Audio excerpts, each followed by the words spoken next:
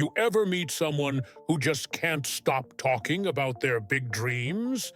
Like, the second an idea hits their head, it's already flying out their mouth, loud and proud, before they even know if it'll work. That's Vikram, a farmer from a tiny village, with dirt under his nails and fire in his eyes. But oh man, could he talk! Sometimes you'd think he was trying to plant seeds with his words alone. Vikram wasn't just your average farmer. He had this huge dream to turn his little patch of land into something legendary, something everyone in the village would talk about for years. "Next season," he'd say, puffing up his chest, "I'm growing the best wheat this place has ever seen." Or, "I'm buying more land, bigger than anyone else around here." And then he'd tell everyone, neighbors, friends, even folks he barely knew, because in his mind, sharing meant caring, right? Or maybe it was just excitement bubbling over. At first, people loved it. His family cheered him on, wide-eyed and hopeful. His friends clapped, nodded, maybe even dreamed a little alongside him. The village buzzed with anticipation, like they were all in on the secret plan. But the thing about telling everyone your business is, well, everyone starts to feel like they own a piece of it, and not everyone is rooting for you. See, the moment Vikram opened his mouth, the whispers started. The quiet ones that crawl through the fields, twisting and turning until they poke their way back to his ears. The neighbors who smiled but secretly thought, "Yeah, sure, like he's actually gonna pull that off." The farmers who would sneak off to buy the same seeds before Vikram could get them. The friends who suddenly had better ideas, better techniques, ideas suspiciously similar to his. It wasn't just jealousy, it was something colder, sharper, a slow, grinding sabotage that crept in like a shadow. Every boast Vikram made seemed to give someone else a chance to get ahead. His grand plans, his wild dreams, they weren't just words, they were invitations. Invitations for doubt, for competition, for quiet backstabbing. And Vikram, well, he didn't see it at first. He was too busy talking, too caught up in the excitement. But as the months wore on, his smile faded. The crops didn't grow like he promised. The land didn't expand. Instead, he found himself walking through fields where others had already planted what he had planned. Ideas stolen, hope chipped away piece by piece. There were nights Vikram sat alone by the fire, staring at the stars and wondering where it all went wrong. Why did his words, meant to lift him up, seem to weigh him down? Why did sharing his dreams feel like handing his hopes over to strangers? The loneliness was sharp, almost bitter, because talking had never felt like a mistake before. But now it felt like his mouth was his worst enemy. Every dream he shouted out loud was a step backward, not forward. And the hardest part? He wasn't sure how to stop. You'd think that sharing your dreams would bring support, right? Maybe even a little help along the way. But for Vikram, it was like handing out keys to his future and watching strangers walk right in, rearranging everything without a word. At first, the village had cheered him on, but as Vikram kept talking, the cheers turned quieter, then colder. His plans weren't secrets anymore, they were public property. Every new idea he shouted out became a conversation in hushed tones behind his back.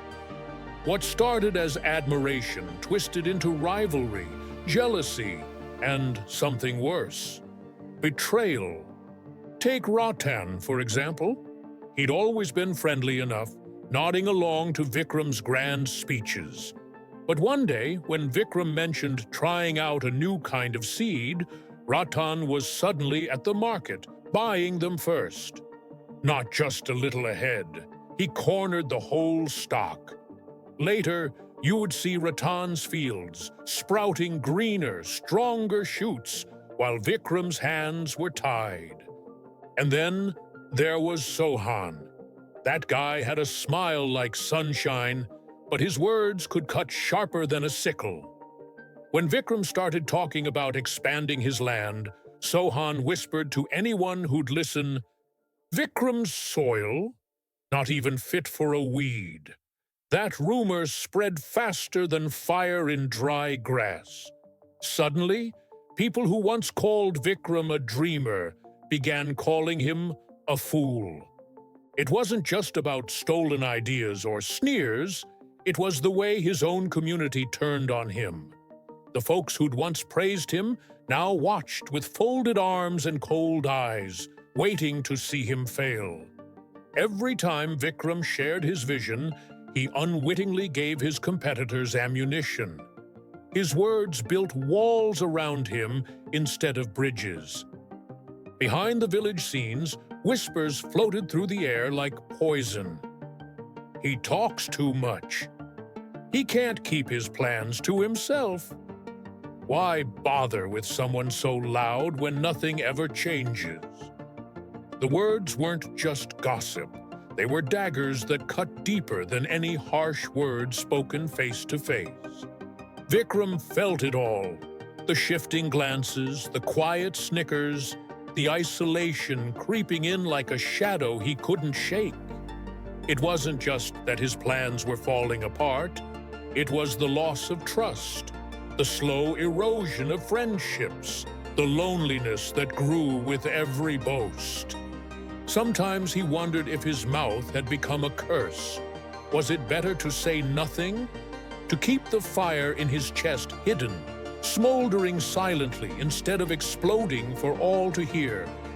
But the urge to speak, to share his vision, was almost unbearable. It was like his words were part of him, and without them, he felt lost.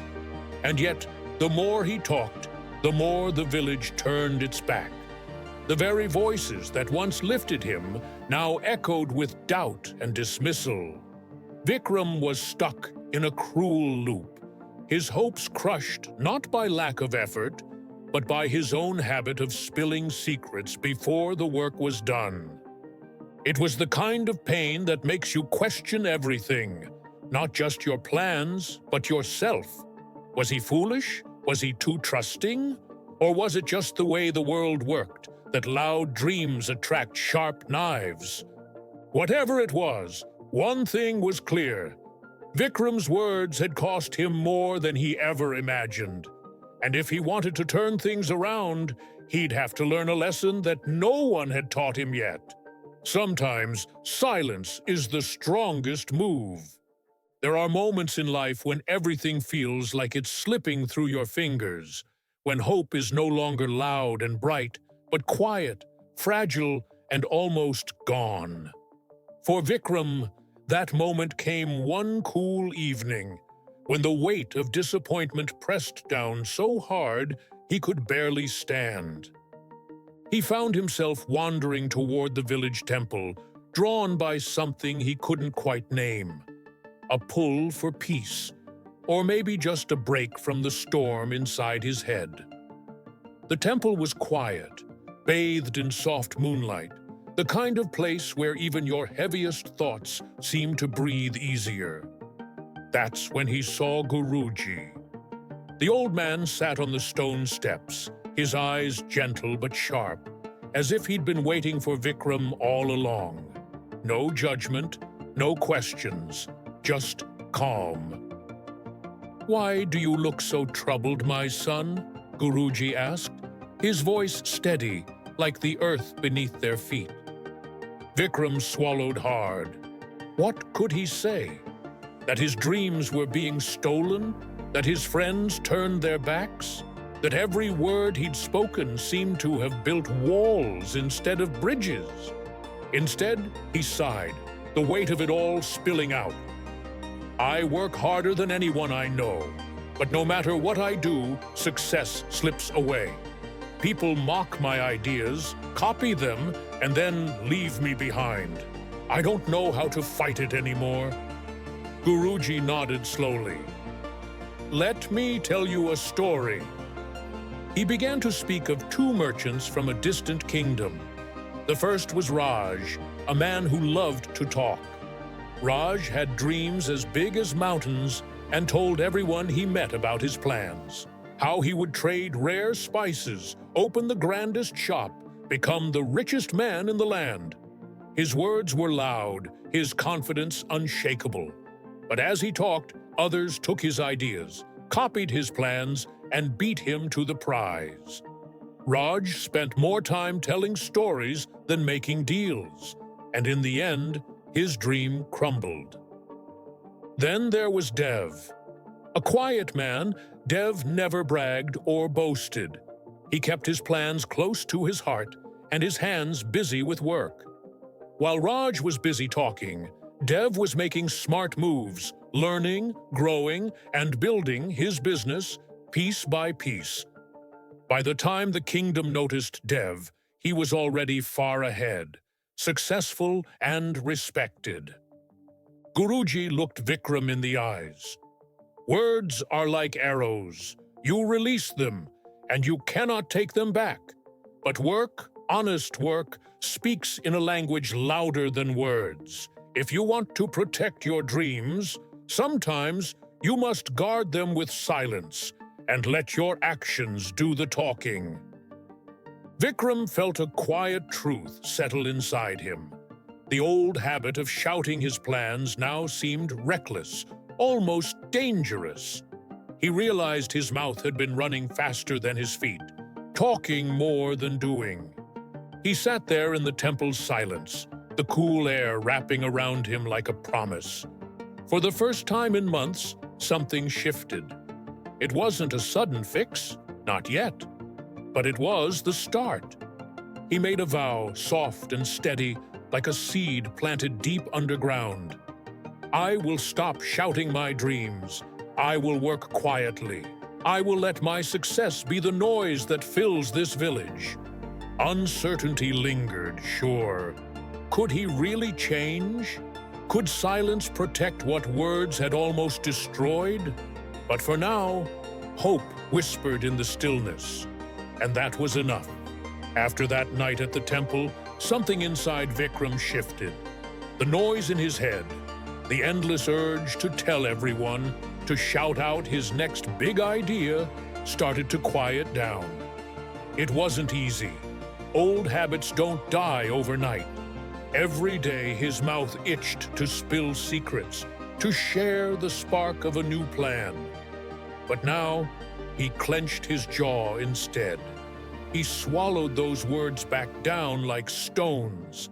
So Vikram began to work, not with grand announcements or promises made to anyone, but in silence. Before dawn, he was out in the fields, hands deep in the soil, eyes searching for signs that no one else could see. He tested new ways of planting, tried different seed combinations, kept notes in a small, hidden journal no one knew about. When it came time to buy seeds, he didn't march into the market crowing about his new project. No, he slipped in quietly, bought just enough, not to alert the neighbors, not to invite competition. It felt strange, almost lonely, but it was necessary. Sometimes, as he worked under the blistering sun or the cold morning mist, Vikram felt that familiar pull, the temptation to boast, to get a little encouragement, to share the spark of hope. But he held back, reminding himself of Guruji's words. Let your work speak. Let your success do the talking. It was slow, so painfully slow. Progress wasn't something you could see day to day. There were setbacks, a patch that refused to grow, a sudden pest invasion, a dry spell that withered young shoots. Moments when Vikram wanted to scream into the wind, to tell everyone he was still fighting. But he didn't. Instead, he dug deeper, learned from mistakes, stayed up late reading about farming techniques.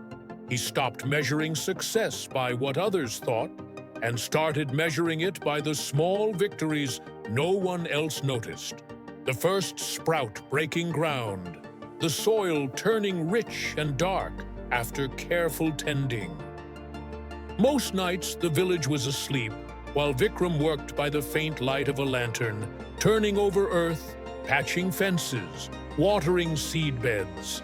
The silence around him was thick, sometimes comforting, sometimes crushing. He missed the easy company of friends, the warmth of shared excitement. But that warmth had also brought betrayal. So he chose solitude with its bitter-sweet quiet. There was a strange kind of strength in that silence, a growing power in patience and persistence. The kind of power that doesn't scream but hums steady, deep down in your bones. As months passed, the fields began to change. The plants looked healthier, the soil richer. And though no one yet knew the secret behind it, Vikram felt a quiet hope swelling inside him.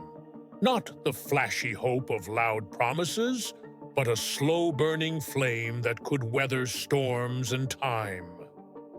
This was no longer just a farmer dreaming out loud. This was a man building something real, step by careful step, day after silent day. Harvest time arrived like a quiet storm. The sun rose over the village fields, but this year, something was different. As the villagers stepped out to inspect the crops, whispers spread. This was no ordinary harvest.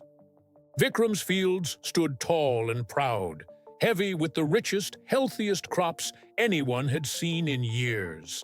The plants swayed gently in the breeze, golden grains shimmering under the sun, fruits bursting with color and promise. It was as if the earth itself was celebrating the quiet man who had worked it so tirelessly. But Vikram didn't shout it from the rooftops. No celebrations, no grand announcements. Instead, he walked through his fields with steady hands and a quiet smile, letting the fruits of his labor do the talking. The villagers came, curious and wide-eyed, murmuring among themselves. The same people who once scoffed at his dreams, who whispered rumors and stole his ideas, now stared in disbelief.